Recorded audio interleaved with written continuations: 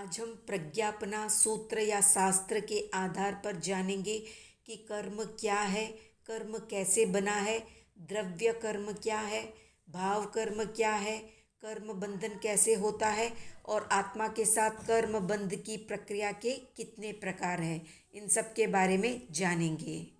तो जैन दर्शन ने कर्म को केवल एक संस्कार मात्र ही नहीं माना है, बल्कि वो एक वस्तुभूत पदार्थ है जो राग द्वेष की क्रिया से आकृष्ट होकर जीव के साथ बंध जाता है।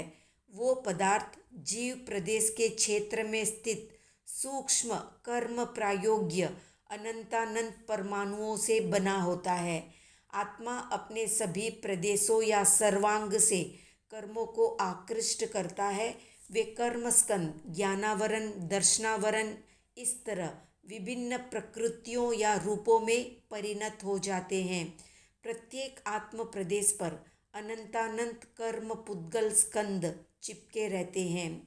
राग द्वेषमयी आत्म परिणति भाव कर्म है और उससे आकृष्ट संश्लिष्ट होने वाले पुद्गल द्रव्य कर्म है।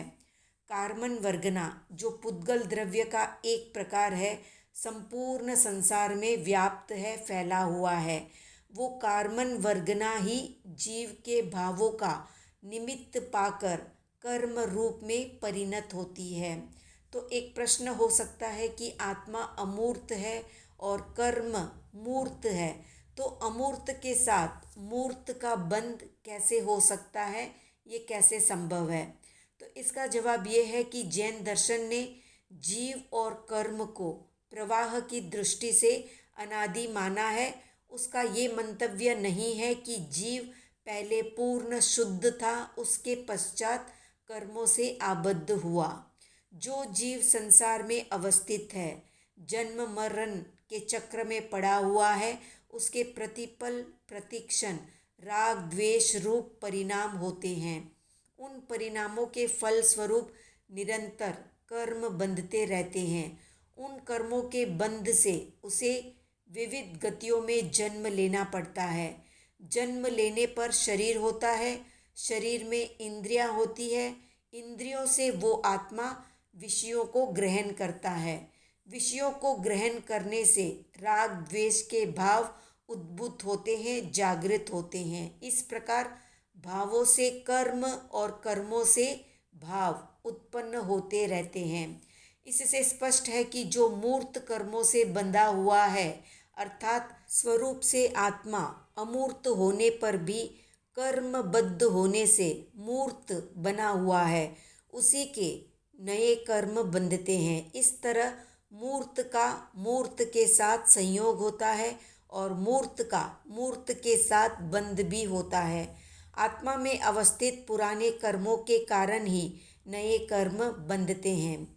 आत्मा के साथ कर्म बंध की प्रक्रिया 4 प्रकार से होती है: प्रकृति, स्थिति, अनुभाग और प्रदेश बंध। जब आत्मा कर्म पुद्गलों को ग्रहण करता है, उस समय वे पुद्गल एक रूपी होते हैं, परंतु बंध काल में वे विभिन्न प्रकृतियों या स्वभाव वाले हो सकते हैं। ये प्रकृति बंध है।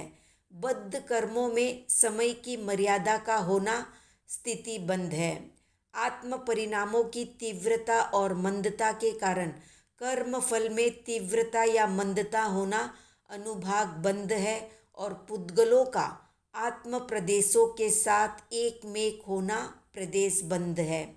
योग के कारण प्रकृति और प्रदेश बंध होता है और कषाय के कारण स्थिति और अनुभाग बंध होता है।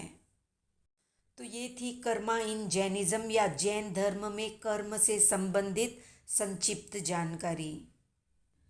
तो आज का प्रश्न है कि किस एक कर्म के उदय से व्यक्ति के जीवन में दुख ही दुख आते रहते हैं? कमेंट में बताएं। वीडियो पसंद आया तो लाइक, शेयर, सब्सक्राइब करें।